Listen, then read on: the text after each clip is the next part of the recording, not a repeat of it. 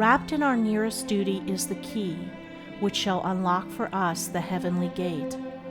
Unveiled, the heavenly vision he shall see, as pain and bliss, who cometh not too early or too late.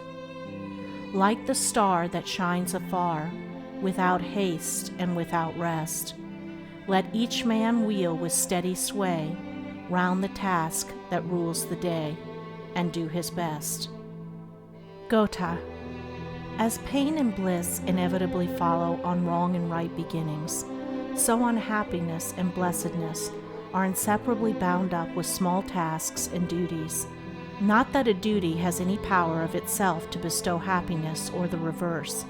This is contained in the attitude of the mind which is assumed towards the duty, and everything depends upon the way in which it is approached and done.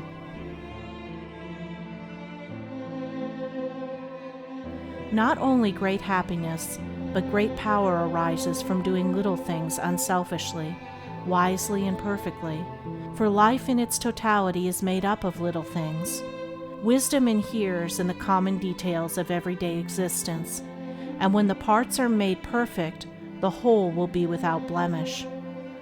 Everything in the universe is made up of little things, and the perfection of the great is based upon the perfection of the small.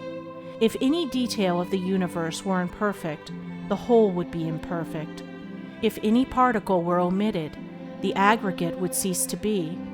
Without a grain of dust, there could be no world, and the world is perfect because the grain of dust is perfect. Neglect of the small is confusion of the great. The snowflake is as perfect as the star. The dewdrop is as symmetrical as the planet. The microbe is not less mathematically proportioned than the man.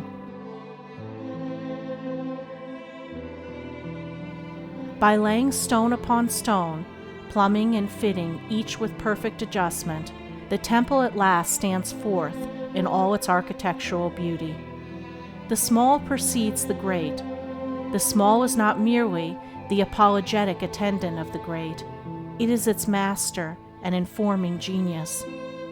Vain men are ambitious to be great and look about to do some great thing, ignoring and despising the little tasks which call for immediate attention, and in doing in which there is no vain glory, regarding such trivialities as beneath the notice of great men. The fool lacks knowledge because he lacks humility, and inflated with the thought of self-importance, he aims at impossible things. The great man has become such by the scrupulous and unselfish attention which he has given to small duties. He has become wise and powerful by sacrificing ambition and pride in the doing of those necessary things which evoke no applause and promise no reward. He never sought greatness. He sought faithfulness, unselfishness, integrity, truth, and in finding these in the common round of small tasks and duties, he unconsciously ascended to the level of greatness. The great man knows the vast value that inheres in moments, words, greetings, meals, apparel, correspondence, rest, work, detached efforts, fleeting obligations, in the 1,001 little things which press upon him for attention. Briefly, in the common details of life. He sees everything as divinely apportioned, needing only the application of dispassionate thought and action on his part to render life blessed and perfect. He neglects nothing, does not hurry, seeks to escape nothing but error and folly, attends to every duty as it is presented to him, and does not postpone in regret.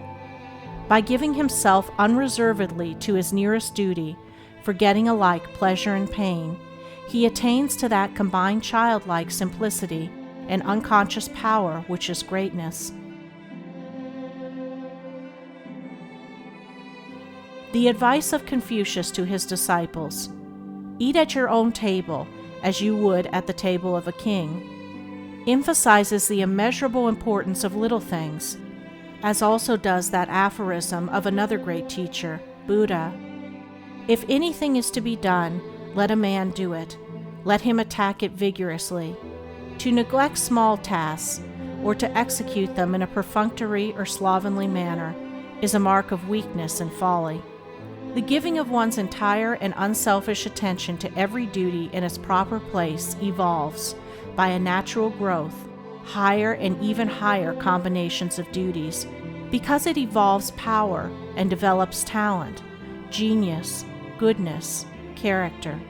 A man ascends into greatness as naturally and unconsciously as the plant evolves into a flower, and in the same manner, by fitting, with unabated energy and diligence, every effort and detail in its proper place, thus harmonizing his life and character without friction or waste of power.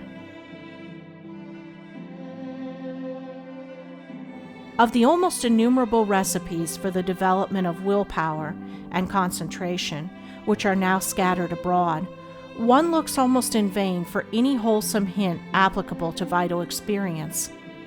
Breathings, postures, visualings, occult methods are practices as delusive as they are artificial and remote from all that is real and essential in life, while the true path, the path of duty, of earnest and undivided application to one's daily task, along with alone willpower and concentration of thought, can be wholesomely and normally developed, remains unknown, untrodden, unexplored, even by the elect.